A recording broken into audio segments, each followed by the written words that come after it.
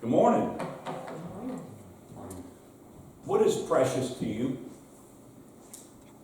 Think about that for a second. Now, I think the obvious answer would be, well, my child is precious to me.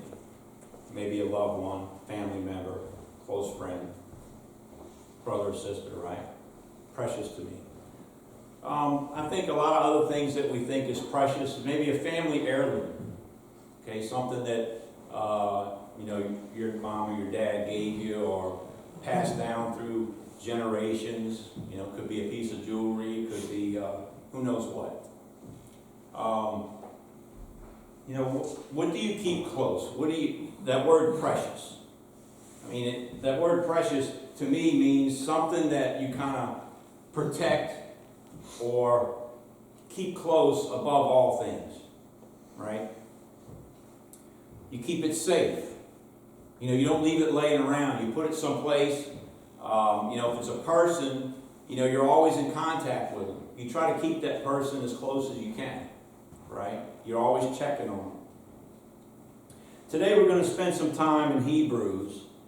And there's a verse in Hebrews, we'll get to in just a second, that like a lot of verses is misused, in the church. It's used for, things that, basically it's a verse that's used to make you feel guilty about not coming to worship on Sunday. Okay? But let's get there. We'll get there in just a second. So Hebrews, first of all, let's kind of establish why the book of Hebrews is written. And let's get that from the writer. What better place than to get it from the writer himself, right? So Hebrews chapter 1 through 4.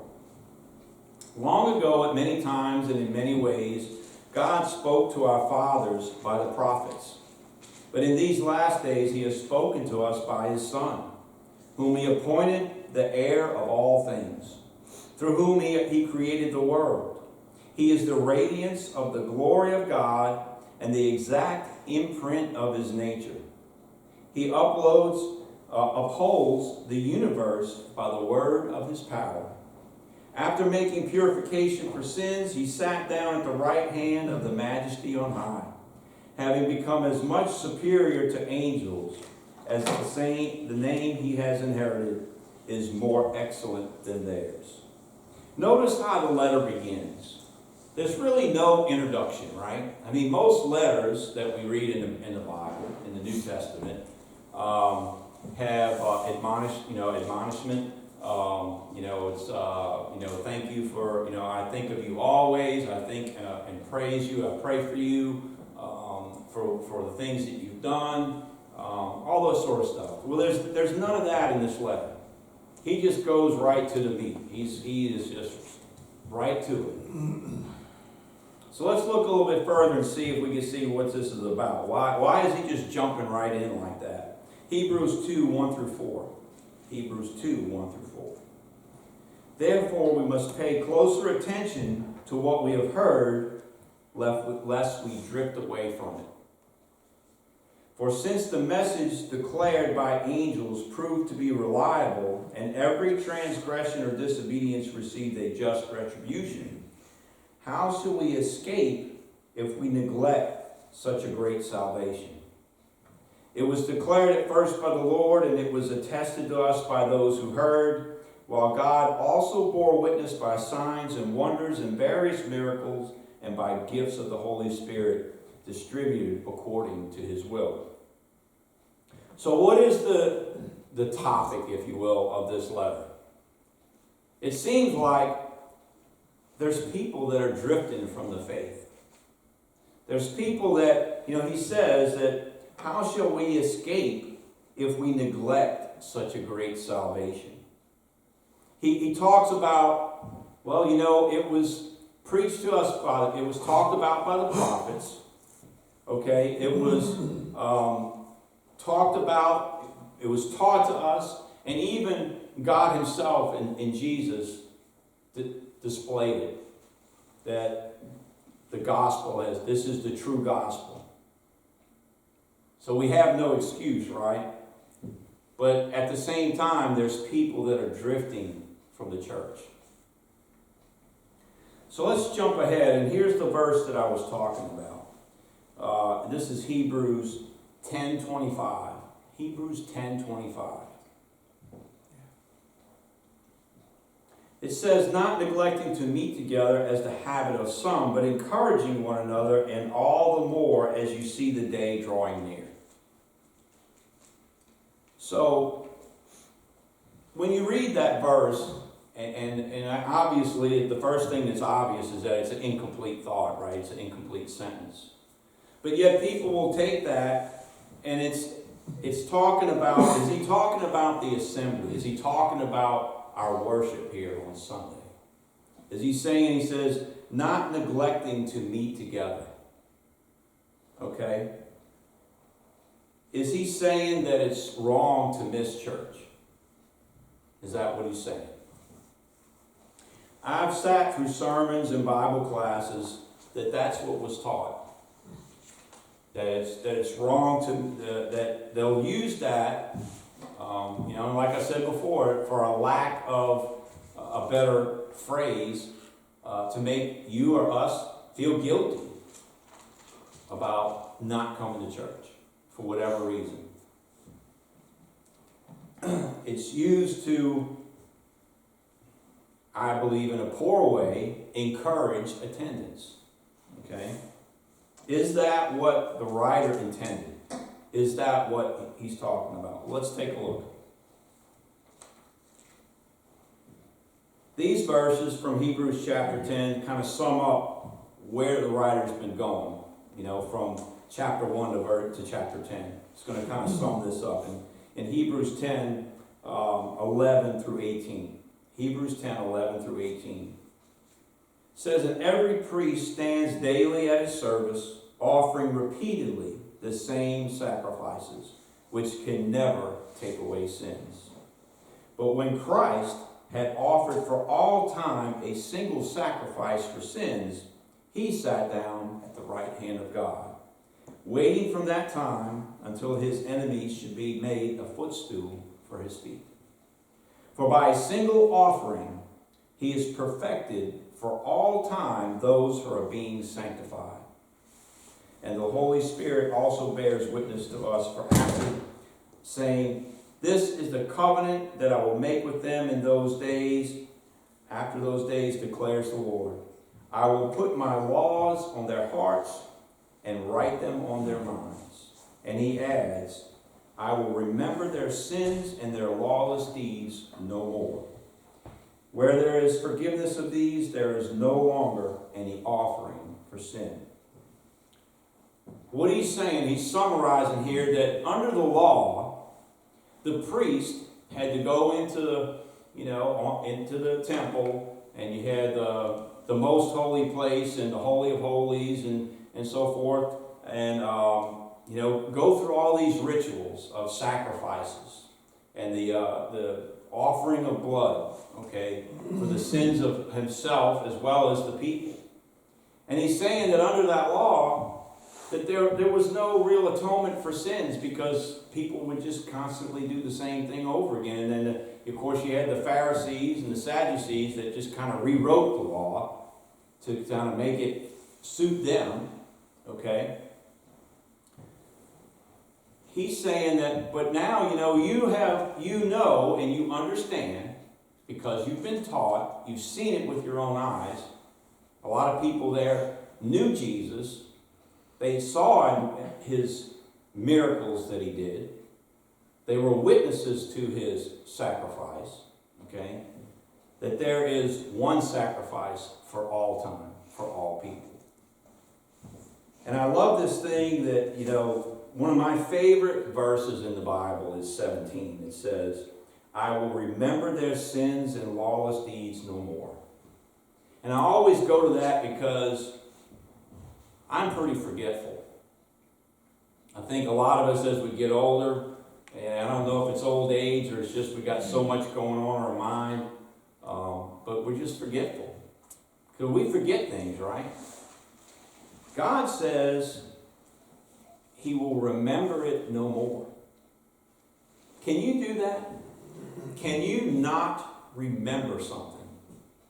I can't. There are things that I'm sure that I haven't thought of since I was a child, a long time. But there will be something, somebody will say something, and you know what? It could be a smell. It could be a sound. It could be a roadside sign. It could be anything, but that memory will come right back. We cannot choose to not remember something, but God can. And I think that's something that's so important when we talk about atonement for sins and forgiveness of sins and what Christ has done for us, that we need to understand that it never happened. When God says, I remember it no more, it's like it never happened. There's nothing that we can do that can bring that memory back up. And I don't think we realize that. And these people here that the Hebrew writer is talking about didn't get it. They didn't realize it. I want to read from the New King James Version. I usually preach out of the ESV. But I think the New King James Version just kind of gives a little bit clarification. And this is actually the complete thought. So this is Hebrews 10, 24 and 25. Hebrews 10, 24 and 25. And let us consider one another in order to stir up love and good works, not forsaking the assembly of ourselves together, as is the manner of some, but exhorting one another, so much more as you see the day approaching. The word translated forsaking is used several times in the New Testament. Some examples here. Jesus cried out, my God, why have you forsaken me? God did not abandon Jesus in the realm of the dead. That's from Acts 2. Paul said they were persecuted but not forsaken. That comes from 2 Corinthians 4. Several of Paul's companions, including Demas, deserted him.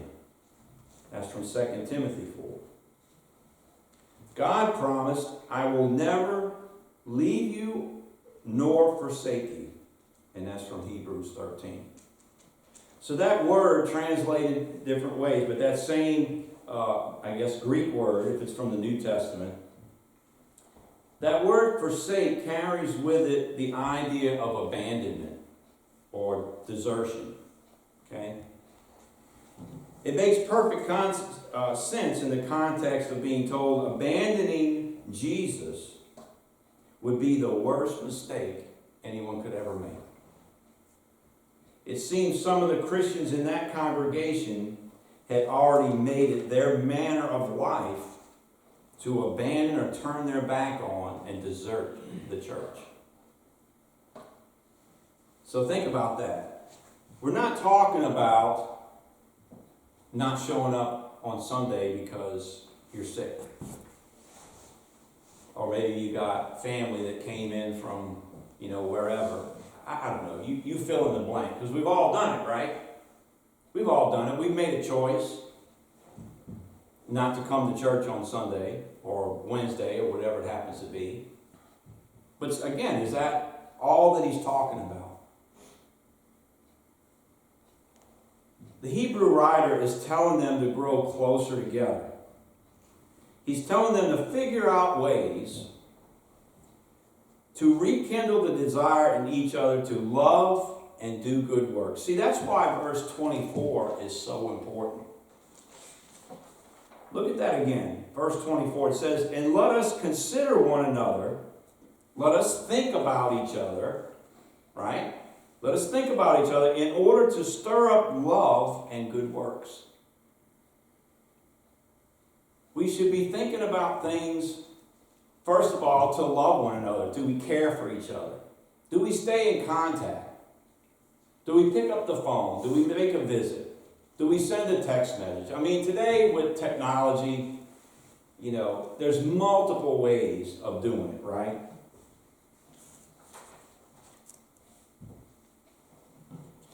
But the Hebrew writer's telling them to grow closer together. And you can see this in various other letters in the Bible. It's the same thing. It happens. It happens everywhere. We see it in our churches here today. You know, we see people just kind of drift away. And for what reason? You know, a lot of it just happens to be the American lifestyle. We're so busy, right? We're working, we're doing this, we're doing that, we got places to go. But most of the time, those things that we're doing don't include the church. Don't include people in the church.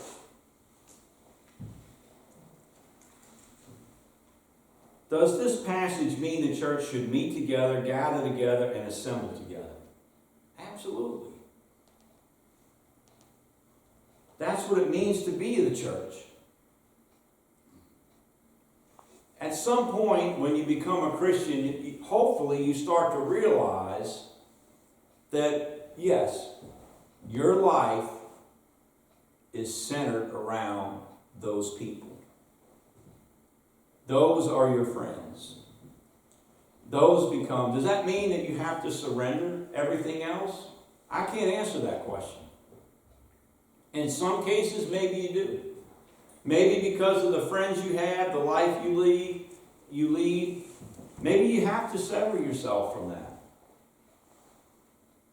I know that there's friends that we've had, family members that we've had to do that.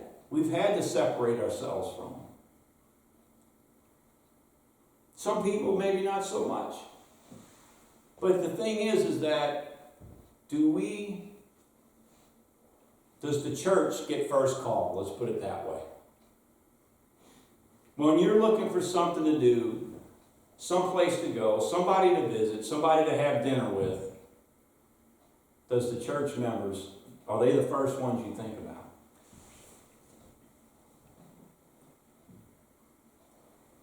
It means we're a group of people who have been gathered together by Jesus, and we make it our custom to gather together regularly to encourage each other and to stir each other up to be loving and do good works.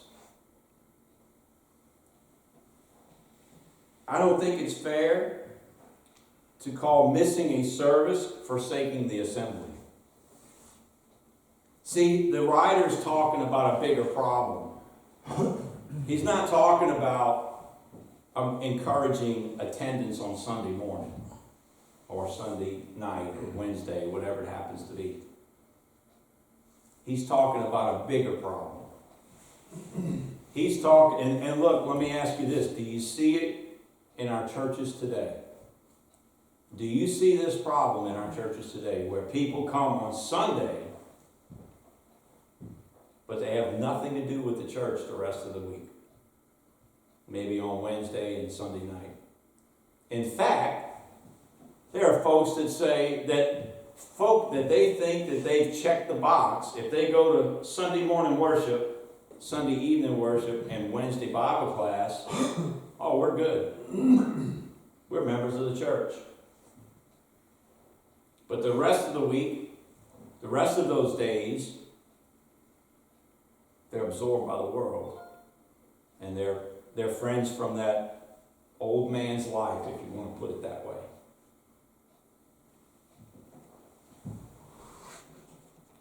There are plenty of people who have abandoned Christianity and abandoned their church family, but occasionally miss a service is not the same thing as forsaking the assembly.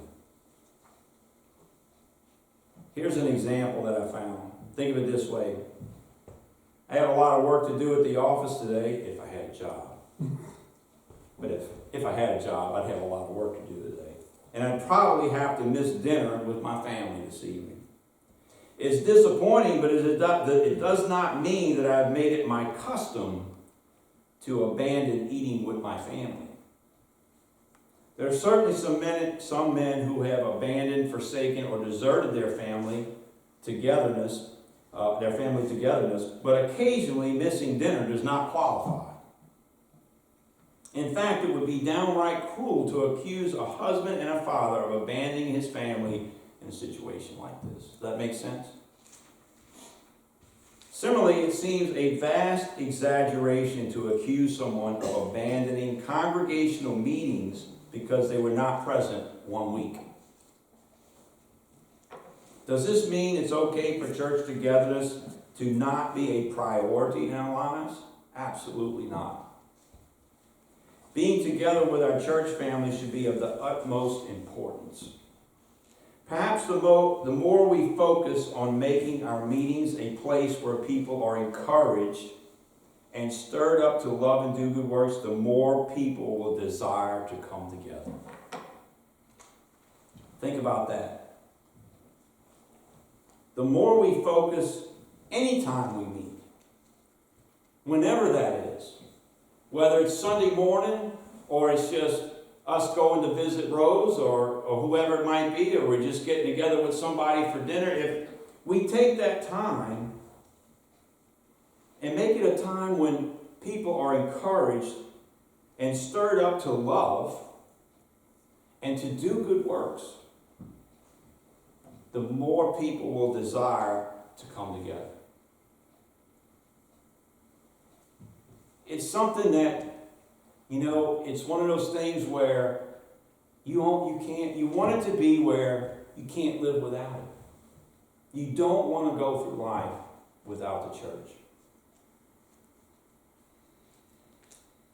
Too many people have this focus, like I said, that, okay, well, I come to church on, part of it is in that phrase. Part of the problem is that phrase. Because we don't go to church, right? Church is us. We go to worship. Sometimes I think that the words that we say, really mess up our mind and how we think about things. If we would think about it as, I don't want to go another week without talking to Harold and Linda or visiting them. Or if I'm thinking about going to dinner and I say, hey, let's invite some friends. Who are the first people that I want to think about? Is it my church family?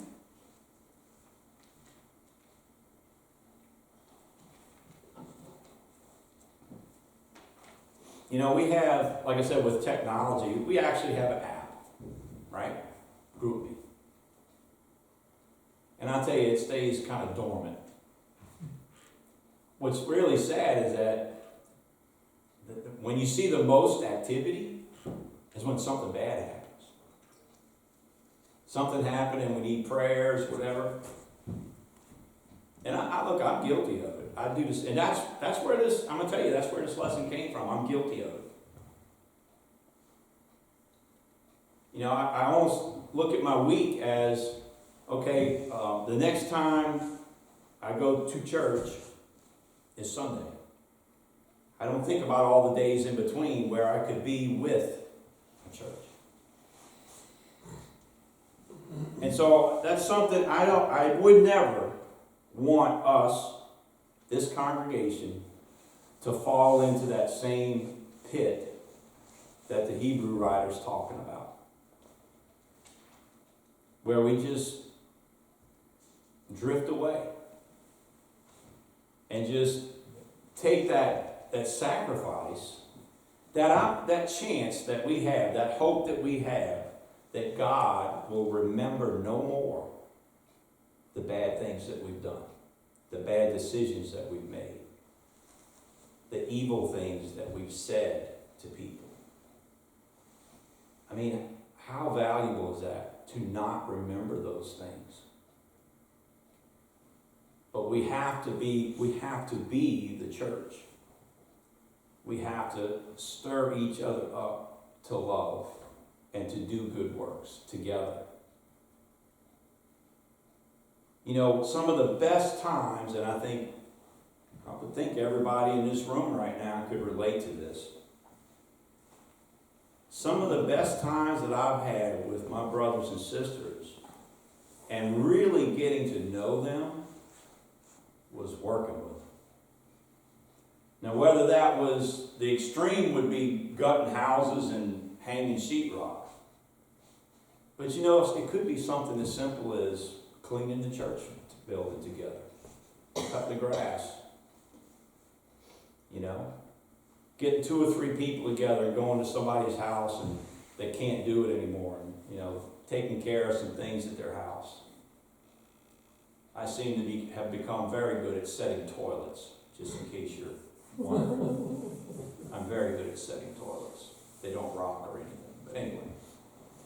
But I'm just saying, you know, is that's the church. That's what God's taught. That's what He wants.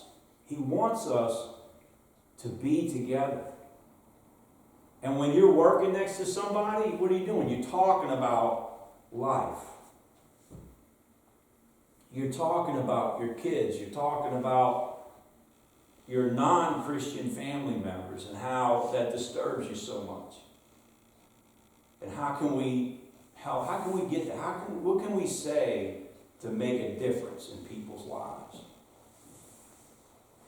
That's what the church, that's what we're there for. That's what the church is all about. This morning, the invitation is open. If you're in need of prayer,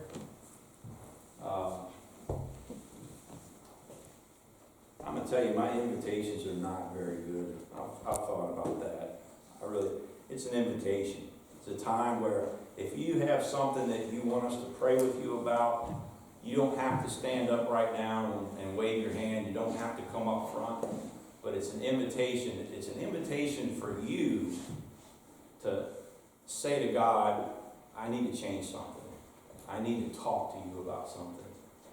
And that's what the church is here for, what we just talked about. So let's stand and sing all 3 verses of number 370.